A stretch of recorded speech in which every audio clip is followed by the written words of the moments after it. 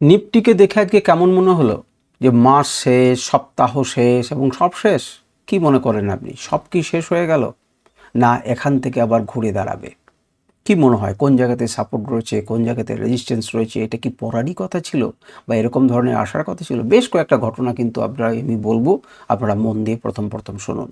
দেখবেন অনেক আগে একটা বিরাট গ্যাপ আপ হয়েছিল নিফটির ক্ষেত্রে এবং একটা বড় গ্যাপ কিন্তু নিফটিতে বজায় ছিল। তখনই বলেছিলাম যে এখানে কিন্তু ধীরে ধীরে নিফটির সেই গ্যাপটা কিন্তু পূরণ করতে সে আসতে পারে, গ্যাপটা কিন্তু অনেক নিচে। তো ধীরে ধীরে নিফটি কিন্তু সেই গ্যাপটাকে পূরণ করলো। কিভাবে, কোথায়, আমরা সেটা দেখব, যদিও খানিকটা এখনও বাকি আছে। দ্বিতীয় প্রশ্নের উত্তর হচ্ছে যে এইভাবে কি তলিয়ে চলে যাবে না একদম সব শেষ হয়ে গেল? কোনো ক্রমে আমরা 25,000কে বাঁচিয়ে রেখেছি, 25,178-এর দিকে আমরা বন্ধ করেছি, 25,141-40 পর্যন্ত নিচে এসেছিল, সেখান থেকে একটুখানি তুলেছি, খুব সামান্য তুলতে পেরেছি। শেষকালে একটা বড় ক্যান্ডেল এসেছে, ডাউন করে দিয়েছে। বেশ, এটা আমরা বুঝলাম। এবারে আমরা বুঝতে চাইছি যে গ্যাপটা যদি পূরণ হয়ে যায় তাহলে কিন্তু সে উপর দিক থেকে একবার যেতে পারে, কিন্তু যেতে উপরের দিকে যাওয়ার জন্য তো কোনো কিছু একটা ভালো নিউজ দরকার। সেই ভালো নিউজ কিন্তু একটু আগেই চলে এসেছে। আমি যখন রেকর্ড করছি, রেকর্ডের টাইম হচ্ছে 5টার একটু আগে, 4:55 এসব বাজছে এই মুহূর্তে। তো তার ঠিক একটু আগে একটা নিউজ এসেছে ইন্ডিয়ার জিডিপি গ্রোথ নিয়ে। মার্কেট যে আশা করেছিল তার থেকে কিন্তু ভালো GDP growth, real GDP data কিন্তু তার থেকে ভালো এসেছে। 7.2 আশা করছিলাম, 7.8 এসেছে। সেটা কিন্তু বাজারকে একটা চাঙ্গা করবে অবশ্যই। সেটা একটা অত্যন্ত ইন্ডিয়ান স্টক মার্কেটের ক্ষেত্রে একটা বড় খবর। সেই বড় খবরের অনেক রকম ফ্যাক্টর রয়েছে, অনেক রকম কারণ আছে। আমি যদি পারি তাহলে এই বিষয়ের উপর আমি বড় ভিডিও করব, তাহলে নিউজগুলোর ভিতরে গিয়ে আপনারা বুঝতে পারবেন বা বোঝার চেষ্টা করব আমরা সবাই মিলে। তো একটা বড় খবর এসেছে, তাতে যে খারাপ খবর কিছু নেই তা নয়, আছে। কিন্তু যে সময়কার ডেটা এটা, সেই সময় আমেরিকা কিন্তু আমাদের উপর খুব প্রেশার ফেলেছিল। তারপরেও কিন্তু ভারতেই ভালো জিনিসটাকে দিতে পেরেছে। ডিসেম্বরের জিডিপির ডেটাটা আমাদের কাছে এসেছে। তো সেটা নিঃসন্দেহে ভালো খবর। কিন্তু প্রথমেই ঘটছে মার্কেট এভাবে পড়লো কেন? সে পড়লো তার আবার অনেকগুলো কারণ রয়েছে। তার মধ্যে গুরুত্বপূর্ণ কারণ হচ্ছে, একটা হচ্ছে জিওপলিটিক্যাল ইস্যু। সেটা আমেরিকা এবং ইরানের হতে পারে, সেটা পাকিস্তান এবং আফগানিস্তানের ওপরও হতে পারে। একটা গোলমাল চলছে, সবাই মিলে কিন্তু মনে হচ্ছে যে বিক্রি করে দিয়ে হয়তো পড়ে যাবে, এরকম ধরনের একটা ভাব কিন্তু মার্কেটের মধ্যে তৈরি হয়েছে। এফআইডিআইরা ইন্টারেস্ট প্রকাশ করছেন না, বিশেষত এফআইরা কয়েকদিন অবশ্য একটু ইন্টারেস্ট প্রকাশ করেছে, কিন্তু তারা হয়তো ভাবছে যে না, ছেড়ে দিই। কেন ছেড়ে দিই ভাবলো? কারণ খুব ব্রিলিয়ান্ট রেজাল্ট আর্নিংস এলেও কিন্তু কার? না এনভিডিয়ার। তারপরেও কিন্তু 5%-এর মতো স্টকটি পড়ে গেল। তাহলে কি প্রেশার পড়ছে? তাহলে কি ভিতরের বড় বড় ইনভেস্টররা খবর দিচ্ছে, খবর পাচ্ছেন যে এটা বিক্রি করে দেওয়া ভালো? এই একটা প্যানিক সেলিং কিন্তু মার্কেটে এসেছে। এবারে ইন্ডিয়ার জিডিপি গ্রোথ থেকে এই সমস্ত কিছু হাওয়াকে ঘুরিয়ে দিতে পারবে? কোন সেক্টরগুলো ভালো হবে, কোন সেক্টরগুলো হবে না, আমরা পরে আলোচনা করব। কিন্তু একটা স্টক মার্কেটের ক্ষেত্রে কিন্তু এটা একটা বড় নিউজ। তো আমরা অ্যানালিসিসে যাবার আগে মান্থলি থেকে বিভিন্ন টাইম ফ্রেমে আমি একটা ডিসক্লেমার তো দিতেই হয়, কারণ সেই ডিসক্লেমারটা দেওয়ার জন্যই দেওয়ার যোগ্য আমি, কারণ যেহেতু আমি সেবি রেজিস্টার্ড অ্যানালিস্ট নই। আমি নিজের মতো অ্যানালিসিস করব। যে সমস্ত তথ্য বলছে সেগুলো সবই ফ্রি ডোমেনে পাবেন, এবং হয়তো কোনো জিনিসকে প্রিমিয়াম ইন্ডিকেটর, আমার নিজস্ব ইন্ডিকেটরের সাহায্যে ব্যবহার করব। আপনি সেটা থেকেই করবেন না। সেটাতে যদি বিশ্বাস হয় তবে ভাবনা চিন্তা করবেন, এবং আপনি নিজে অ্যানালিসিস করবেন। আপনি খালি আপনাকে সেইগুলোকে, জায়গাগুলোকে দেখিয়ে দেওয়ার চেষ্টা করছি, কিন্তু বিচার করার দায়িত্ব আপনার। তো প্রথমেই মান্থলি ক্যান্ডেলে কিচ্ছু বলার নেই। মান্থলি ক্যান্ডেল শেষ হয়ে গেল, ফেব্রুয়ারি শেষ হয়ে গেল, এবং খুব পরিষ্কারভাবে জানিয়ে দিল যে আমি কিন্তু এই সাপোর্ট এরিয়াতে আর সাপোর্ট নিচ্ছি না, সেটিকে এখন রেজিস্ট্যান্সে পরিণত করেছি, এবং তার নিচে নেমে এসে আমি ক্লোজ করেছি। পরিষ্কারভাবে সে কিন্তু জানিয়ে দিল। উইকলিতে যদি দেখি, তাহলে উইকলিতে দেখব যে হ্যাঁ, তুমি নিচে নামিয়েছিলে ঠিক আছে, আমি উপরে তুলেছিলাম, তারপর তুমি নিচে নামিয়েছিলে, আমি চেষ্টা করেছিলাম, এবার কিন্তু আমি নেমে গেলাম। সুতরাং সেও কিন্তু তার ইমিডিয়েট যে আমাদের সাপোর্ট জোনটা ছিল সেটাকে ভেঙে নিচে বন্ধ করেছে। এখন জিডিপি গ্রোথ হবার ফলে মার্কেটটা সোমবার দিন 2 তারিখে কোথায় খোলে সেটাকে দেখুন। যদি জিডিপি গ্রোথটাকে খারাপ করে দেয় কেউ, অর্থাৎ আরও কিছু বাজে নিউজ কোনো জায়গা থেকে চলে আসে, তাহলে কিন্তু একটা মিশ্র প্রভাব পড়বে, এবং শেয়ার মার্কেটের কাজই এটা। শেয়ার মার্কেটে একটা নিউজ নিয়ে তো হয় না, বিভিন্ন রকম হাজারো স্টক রয়েছে, হাজারো স্টকের আলাদা আলাদা ইকুয়েশন আছে, তারা মার্কেটের উপরে একরকম করে প্রভাব ফেলবে, তাদের মিশ্র ফলাফল হচ্ছে নিফটি দেখাবে। পার্টিকুলার কিন্তু একটা স্টক নয়, এটা মিশ্র প্রতিক্রিয়া দেখাবে। সুতরাং এই জিডিপির একটা ভালো খবর এসছে, হয়তো একটু কোনো খারাপ খবর ফট করে শুনবেন, কারণ এখনও তো আমাদের শনিবার রবিবার অনেক সময় বাকি রয়েছে।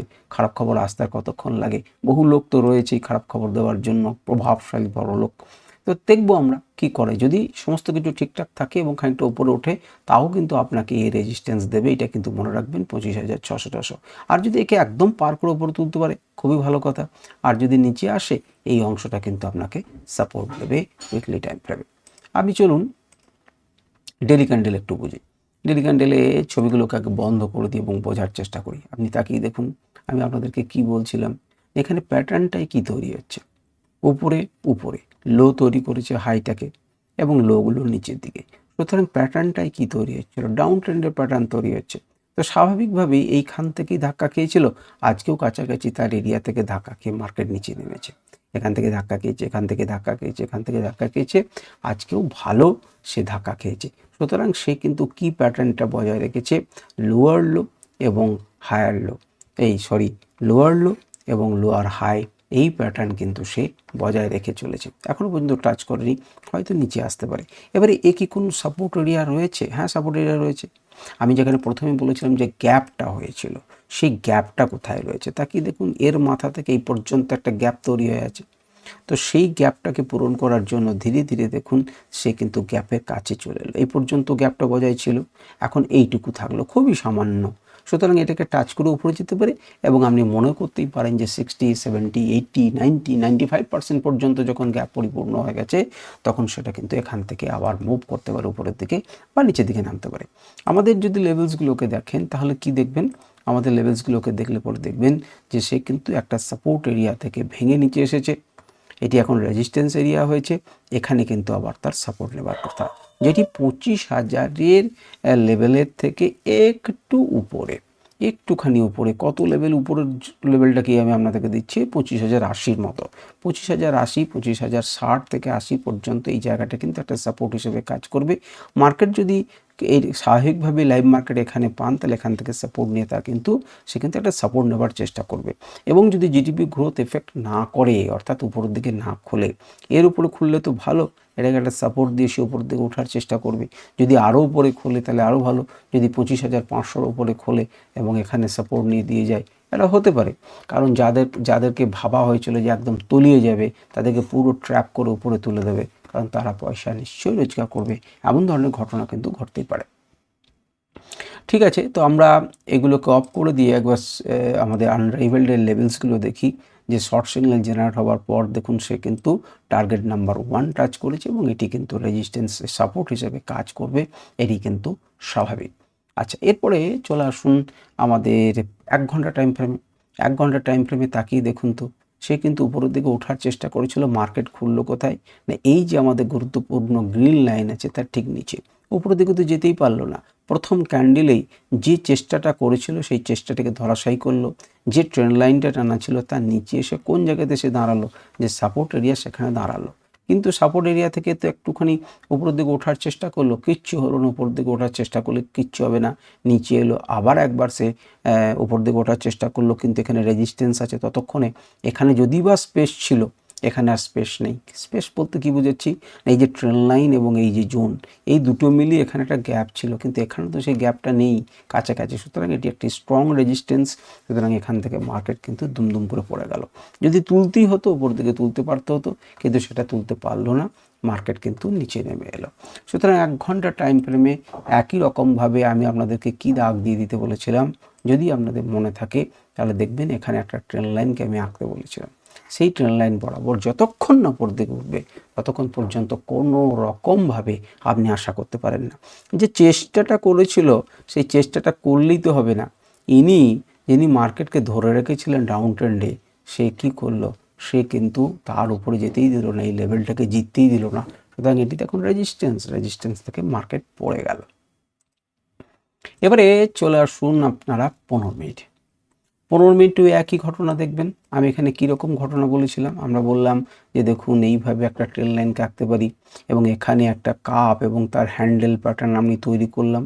এখন এর উপরে যদি খোলে, এখানে যদি সাপোর্ট নেয় তবে না, যদি না নেয় না নিলে আপনার আর কি করার আছে, কিচ্ছু করার নেই, মার্কেট পড়ে যেতে পারে। আপনি দেখুন যে সেই এরিয়া থেকে সম্পূর্ণরূপে সে কী করেছে, মার্কেট নিচের দিকে এসেছে এবং প্রথম ক্যান্ডেলেই প্রমাণ করেছে যে আচ্ছা, যেখানে আপনি ঘোরার চেষ্টা করছিলেন, যেখানে লোগুলোকে ধীরে ধীরে উপরের দিকে তোলার চেষ্টা করেছিলেন, আমি প্রথম ক্যান্ডেলেই তার 12টা বাজিয়ে দেবো। অর্থাৎ প্রথমেই যেখানে মার্কেট সাপোর্ট নিয়েছিল এবং যেখান থেকে উঠছিল, সে প্রথম ক্যান্ডেলেই তো বলে দিল যে আমি তার নিচে চলে গেলাম, আমি কোনো মতেই দেবো না। এরপরে বায়াসের চেষ্টা করেছিল, কিন্তু একটা ডোজি ক্যান্ডেল তৈরি হলো যে না আমি যেতে দেবো থরি। কেন ডোজি ক্যান্ডেল তৈরি হলো? ডোজি ক্যান্ডেল তৈরি হলো আপনার প্রিভিয়াস হিস্ট্রি, এখানে রেজিস্ট্যান্স আছে বলি, আমরা পরে দেখছি সেটা। এবং দেখুন এই জায়গাটার উপরে কিন্তু সে জিততে পারলো না, যেতে পারলো না। মার্কেট ধীরে ধীরে ধীরে ধীরে স্লিপ করলো, একটা ডাউন ট্রেন্ড প্যাটার্নের মধ্যে স্লিপ করলো। যখনই সেই রেঞ্জটাকে ব্রেক করলো, রিটেস্ট করলো, উপর দিকে মুভমেন্ট পেলেন, কিন্তু এই অংশের উপরে কিন্তু মার্কেটকে যেতে দিল না। যে লো যেখানে মারপিট হয়ে হাই হয়েছিল তার উপরে যেতে দিল না, সেখান থেকে মার্কেট কিন্তু ধীরে ধীরে ধীরে ধীরে খুব বেশি পড়ে গেল। এখানে আন্দাজ করা কঠিন যে এখান থেকে একটা বিরাট মার্কেট ফল হবে, আন্দাজ করা কঠিন, কিন্তু তবুও আপনি একটা রেজিস্ট্যান্স থেকে একটা পেলেন এবং কোন জায়গাতে এসে দাঁড়ালো, তার সাপোর্ট, দুটো সাপোর্ট নিলই না, একদম আরও নিচে এসে এই 25,160 এই অংশে যে সাপোর্টটা ছিল সেখানে একটা সাপোর্ট নিয়ে দাঁড়িয়ে রয়েছে। এখন যদি ধরুন জিডিপির গ্রোথ এফেক্ট না করে, তাহলে লেভেলগুলোর মধ্যেই থাকবে এবং সেই অনুযায়ী আপনারা প্লে করবেন, এটাকেই করাটা উচিত হবে।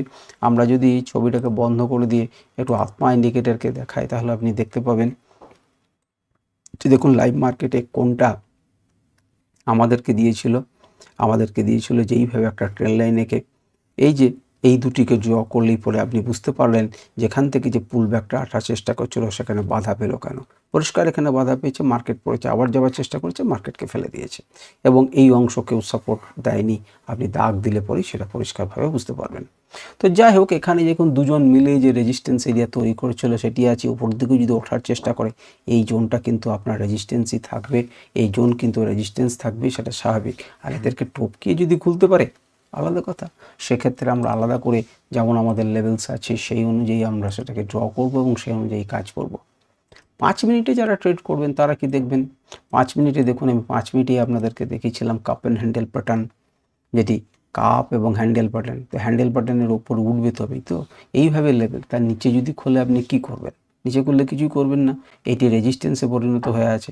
তো রেজিস্ট্যান্স থেকে তো সেল করতে হবে, মিনিমাম টার্গেট আপনার এটা করা উচিত, কারণ এখানে একটা আগে সাপোর্ট নিয়ে ওপর উঠেছে, আপনি যখন দেখলেন সেটাকেও ভাঙলো, উপরের দিকে আবার সেটি এখন কিসে পরিণত হয়ে গেল? রেজিস্ট্যান্সে।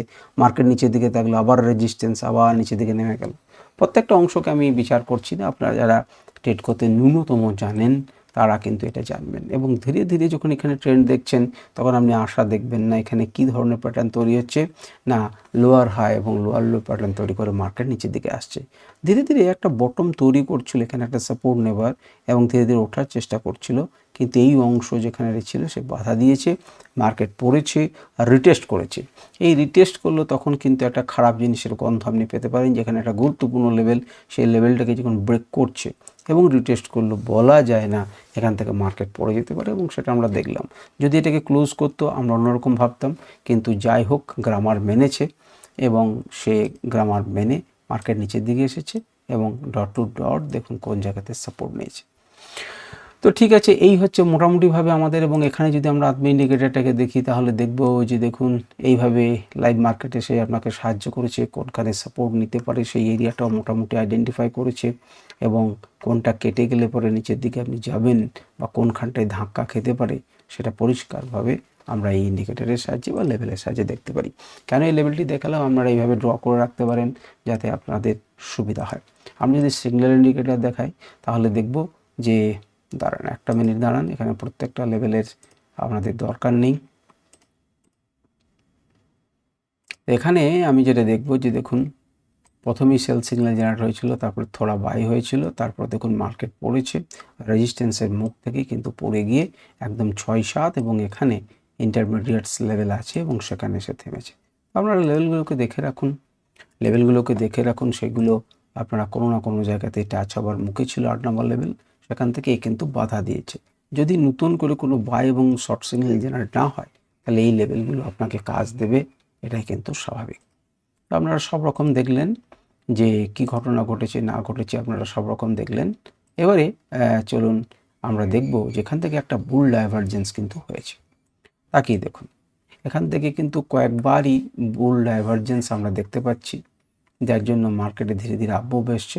এবং এখানে যে ফলটা কেটেছে এখানেও কিন্তু একটা বুল ডাইভারজেন্স হয়েছে, যার ফলে কিন্তু মার্কেট উপরের দিকে উঠতে পারে, মার্কেট উঠতে পারে। তো দেখবো আমরা সেটা উঠবে কি উঠবে না, সেটা সময় বলবে। তো এই হচ্ছে মোটামুটিভাবে নিফটি অ্যানালিসিস। আর 2 তারিখের জন্য আমরা যদি দেখি, মনে রাখবেন যে যেহেতু মঙ্গলবার আমাদের বন্ধ বোধহয় দোলের জন্য ছুটি, সুতরাং 2 তারিখে কিন্তু এক্সপায়ারি, এটা মাথাতে থাকতে হবে, মাথাতে যেন রেখেন, কারণ দ্রুত ছোট সপ্তাহ বলে দ্রুত দিকে কিন্তু হবে। তো সেক্ষেত্রে কারা ভয়ে পালিয়েছে একবার দেখুন, 24,000 25,400 কিন্তু হিউজ রেজিস্ট্যান্স আছে। আপনি যদি দেখেন 25,000 350 ভালো রেজিস্ট্যান্স আছে। আপনি যদি দেখেন 25,300 সেখানেও রেজিস্ট্যান্স আছে। পুট ওয়াই চেঞ্জ সেখানে পালিয়েছে প্রত্যেক জায়গাতে। দেখুন 250 সেখানে কিন্তু মোটামুটিভাবে রেজিস্ট্যান্স আছে। আজকের দিনেও সেখানে হিউজ রেজিস্ট্যান্স তৈরি হচ্ছে, যে 250কেও হারিয়ে দেবো। এমনকি 200 নিচেও দেখুন 200কে একটুখানি সাপোর্ট আমরা দেখতে পেলাম। আর পুরো ওপরের থেকে 400তে পালিয়েছে 67,000 লোক, মানে যারা সাপোর্ট দেবে। 450 থেকে 41,000 লোক পালিয়েছে, লট আমি লোক বলে বলছি। এবং 25,500 সেখানে 63,000 পাঠিয়েছে। কোথায় 43,000 আর কোথায় 2,42,000। সুতরাং আজকের ডেটা অনুযায়ী হিউজ রেজিস্ট্যান্স লাগছে। এবার জিডিপি গ্রোথটা আসার পর, ভালো আসার পর এখন দেখার কথা যে এটা কিসে পরিণত হয়।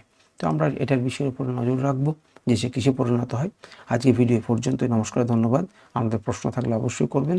এবার জিডিপি গ্রোথ নিয়ে আমি চেষ্টা করব বিষয়ে ভিডিও দিতে এবং আপনাদের মানে সাহায্য করতে বা নিজেও দেখতে। তো আপনাদের প্রশ্ন থাকলে অবশ্যই করবেন। আজকে ভিডিও পর্যন্তই। আপনারা সফল হন এই কামনা আমি করি। নমস্কার, ধন্যবাদ।